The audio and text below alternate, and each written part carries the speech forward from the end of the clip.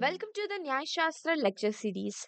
This is Shambhavi and we are studying the contract law. This is the second lecture on contract law, so let's get started. Today we will study acceptance in contract law. This is lecture 2. I request those who haven't watched lecture 1 kindly watch lecture 1 for better understanding.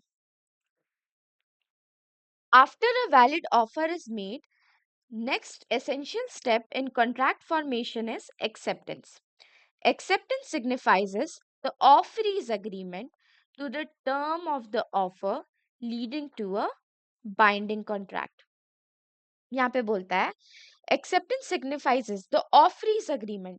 एक होता है offeror जो offer करता है, एक होता है offeree जिसको ऑफर किया जाता है.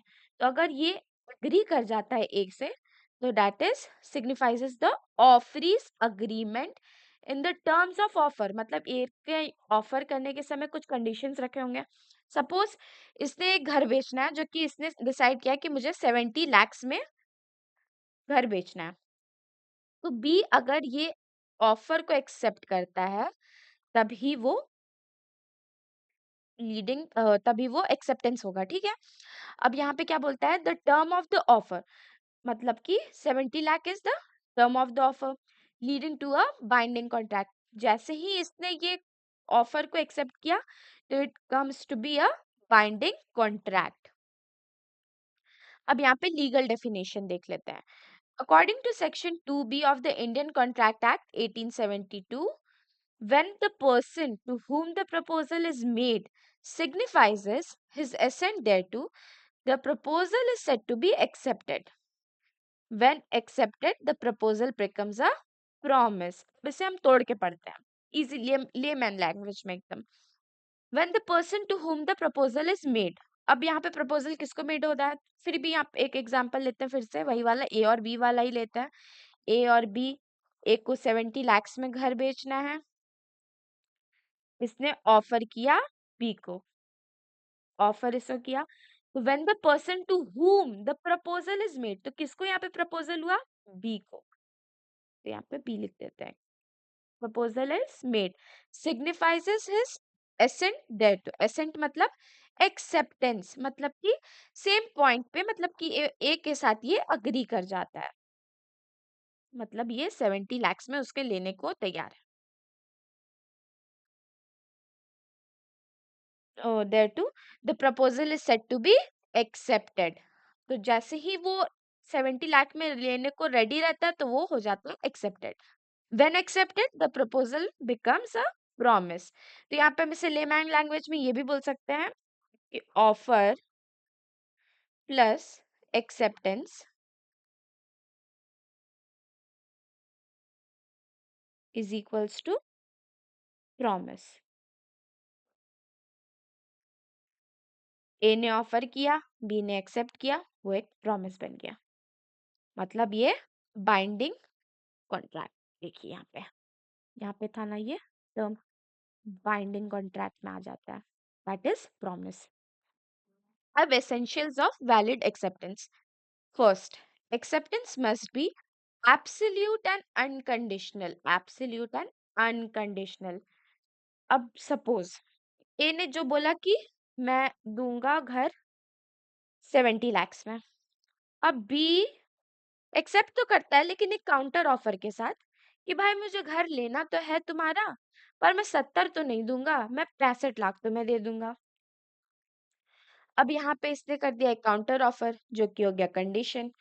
तो यही यहाँ पे बोलता है कि अगर बी एक्सेप्ट कर रहा है तो उसको अनकंडीशनल होना चाहिए. मतलब वो 70 lakhs पे ही अग्री करना चाहिए, ना कि 65 या कुछ भी अपना काउंटर ऑफर करना. तो यहाँ पे यही बोलता है. फर्स्ट पॉइंट बोलता है acceptance must be absolute and unconditional. अब यहाँ पे भी देख लेते हैं. It must match the offeree's term without changes. यहाँ पे कोई चेंज नहीं करना चाहिए इसे. Second, it must be communicated to the offeror.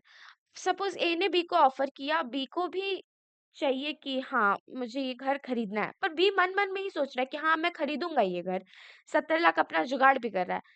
पर इसने कभी ए को बताया ही नहीं कि भाई मैं लूंगा तुम्हारा घर. अगर ये बताता ही नहीं है तो कम्युनिकेशन इज नॉट कंप्लीटेड. तो यही यहाँ पे बोलता है कि it must be communicated to the offeror, mere mental acceptance is not enough.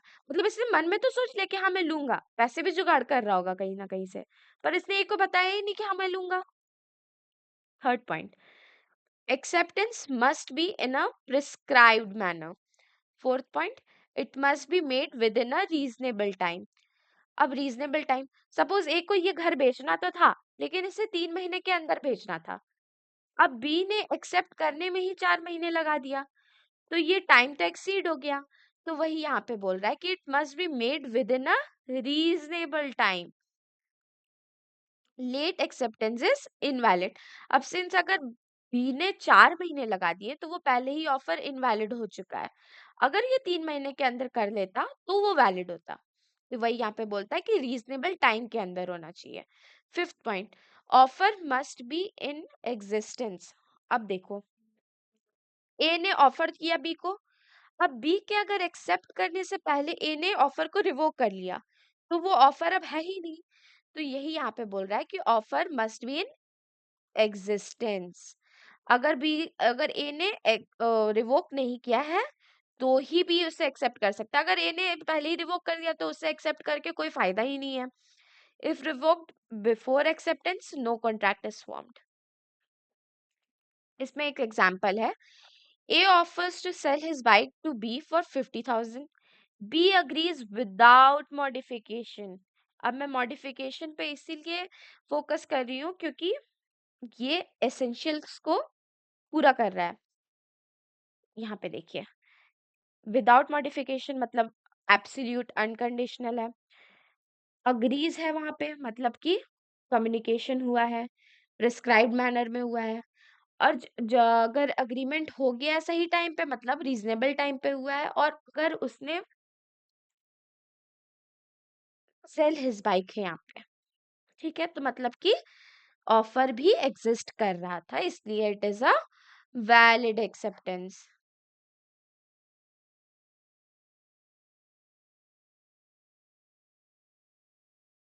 यहाँ पे एक केस लॉ है, हाइडे वर्सेस रेंच। अच्छा, मेरी प्रोनाउंसिएशन नाम को लेके इट माइट बी डिफरेंट क्योंकि इन अंग्रेजों का नाम लेना थोड़ा डिफिकल्ट है, तो मैं इन्हें एच और डब्ल्यू से डिनोट करूंगी। तो यहाँ पे क्या होता है ना कि डब्ल्यू का एक फार्म होता है जो कि इसे सेल करना होता है, और इसने इंडियन रुपीस में हम ले लेते हैं कि 1000 में इसे सेल करना था वो। इसने ऑफर किया एच को। अब एच ने ये खरीदना तो था, पर एच ने एक काउंटर ऑफर कर दिया कि भाई मैं लूंगा तो, पर मुझे 950 में दे दो। बारगेनिंग जिसे हम बोलते हैं, इसने यहाँ पे बारगेनिंग कर दिया। तो यहाँ पे ये करता है काउंटर ऑफर। काउंटर ऑफर मतलब समझ में आ गया होगा कि जैसे ए ने डब्ल्यू ने ऑफर किया एच को कि मैं 1000 में बेचूंगा, तो इसने यहाँ पे बोल दिया मैं लूंगा लेकिन 950 में ही लूंगा, तो दैट इज काउंटर ऑफर कि लूंगा लेकिन 950 में लूंगा, पैसा कम कर दो। तो दैट इज काउंटर ऑफर। अब यहाँ पे क्या होता है कि डब्ल्यू बोल देता है कि नहीं भाई मैं तो 1000 में ही दूंगा। एच चला जाता है। फिर कुछ दिन में आता है एच और मुझे बोल और इसे आके डब्ल्यू को बोलता है कि ठीक है भाई तू 1000 में ही दे दे अब मुझे। तो यहाँ पे डब्ल्यू मना कर देता है कि मुझे अब बेचना ही नहीं है, मुझे नहीं देना है तुम्हें। तो यहाँ पे एच जाके डब्ल्यू पे केस करता है कि इसने कॉन्ट्रैक्ट को तोड़ा है। तो यहाँ पे कोर्ट का जजमेंट ये था कि डब्ल्यू ने जो ऑफर किया था मतलब 1000 रुपीज, उसको एच ने डिस्ट्रॉय कर दिया था एक काउंटर ऑफर करके, मतलब 950 का जो ऑफर किया था वो काउंटर ऑफर करके उसने 1000 वाले को डिस्ट्रॉय कर दिया था। और दोबारा जब वो 1000 पे अग्री करता है तो द ओरिजिनल ओरिजिनल ऑफर जो था, जो सबसे पहला था जिसे इसे डिस्ट्रॉय कर दिया था 950 बोल के, वो पहले ही इनवैलिड हो जाता है। तो अब यहाँ पे भी देख लेते हैं, offered to sell his farm for 1000. ID counter offered 950, which Wrench rejected. Later, Heide accepted the original, that is 1000 offer, but Wrench refused. The court ruled that the counter offer destroys the original offer, making later acceptance invalid. यहाँ पे देखते हैं communication acceptance. Communication of acceptance, जो कि section 4 में defined है। For a contract to be valid, acceptance must be properly communicated to the offeror. Offeror और offeree में अब उम्मीद है कि लोगों को डिफरेंस समझ में आ गया होगा।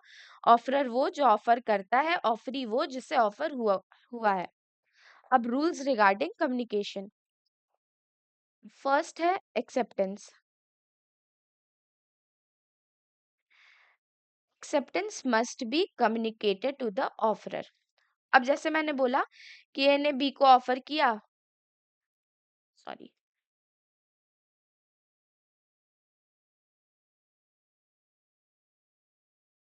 ए ने बी को ऑफर किया कि मुझे घर बेचना है 70 lakhs में। अब बी ने सोच लिया कि हाँ मैं लूंगा, ठीक है, पर इसने कभी ए को बताया ही नहीं कि हाँ भाई मैं लूंगा भी।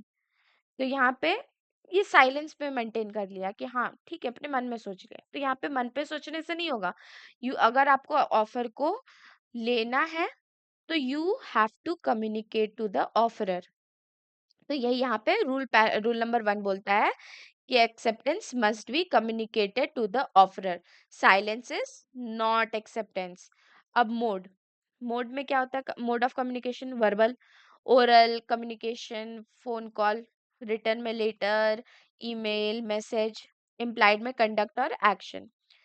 When an acceptance complete, for the offeree when the acceptance is sent, for the offerer when the acceptance is received। अब देखिए यहाँ पे बहुत इजी है ये, इसे भी देखते हैं। देखिए यहाँ पे एक ए है, बी है, ए बी। ए ने ऑफर किया बी को, बी ने एक्सेप्ट किया थ्रू अ लेटर ए को। अब यहाँ पे कब एक्सेप्टेंस कंप्लीट होता है किसका, वो हमें पता करना है। ये इसको मिलने के बाद एक्सेप्टेंस कंप्लीट होता है, या इसके लिखने के बाद एक्सेप्टेंस कंप्लीट होता है, या इस बीच में एक्सेप्टेंस कंप्लीट होता है, वो जानना है। तो यहाँ पे है, जिस दिन बी ने जिस दिन ए ने ऑफर किया और बी ने उसे एक्सेप्ट करके साथ एक लेटर लिखा, जिस दिन वो लेटर पोस्ट हुआ उस दिन ए का एक्सेप्टेंस इज क्लियर। और जिस दिन ए रिसीव्स द पोस्ट, यहाँ पे बी का एक्सेप्टेंस विल बी क्लियर। समझ में आ गया? या फिर से समझा देते हूँ। ए ने ऑफर किया बी को, बी ने एक्सेप्ट किया थ्रू अ पोस्ट। जिस दिन बी ने पोस्ट को पोस्ट किया उस दिन ए का एक्सेप्टेंस कंप्लीट हो जाता है, और जिस दिन ए रिसीव्स द पोस्ट उस दिन बी का एक्सेप्टेंस कंप्लीट हो जाता है। Example, A offers to sell his car to B via email, B replies with an acceptance, the contract is formed when A reads the mail। ठीक है, अब case law है एंडो एंट्रोस लिमिटेड वर्सेस माइल्स फार east Corp, 1955 का ये case है। The court rule that the acceptance विया इंस्टेंनियस communication, मतलब phone, fax, email, is effective when received. Instantaneous, sorry. यही पे यहाँ पे मतलब बोल रहा है इस केस में क्या हुआ था कि एक्सेप्टेंस तभी कंप्लीट होगा जब रिसीव होता है email. Revocation of acceptance, section 5 of Indian contract act 1872। Revocation मतलब withdrawal of acceptance. An acceptance can be revoked before it reaches the offeror but not after.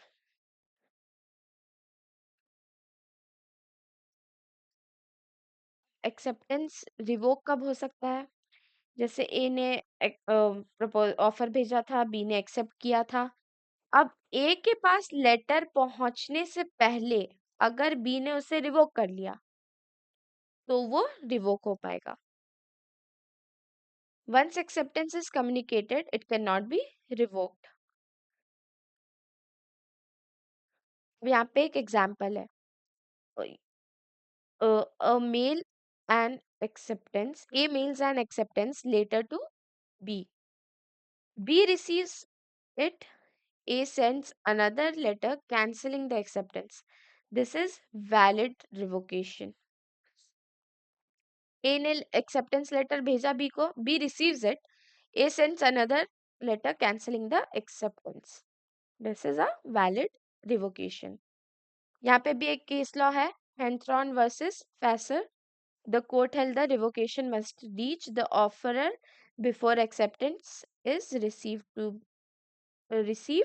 for it to be valid.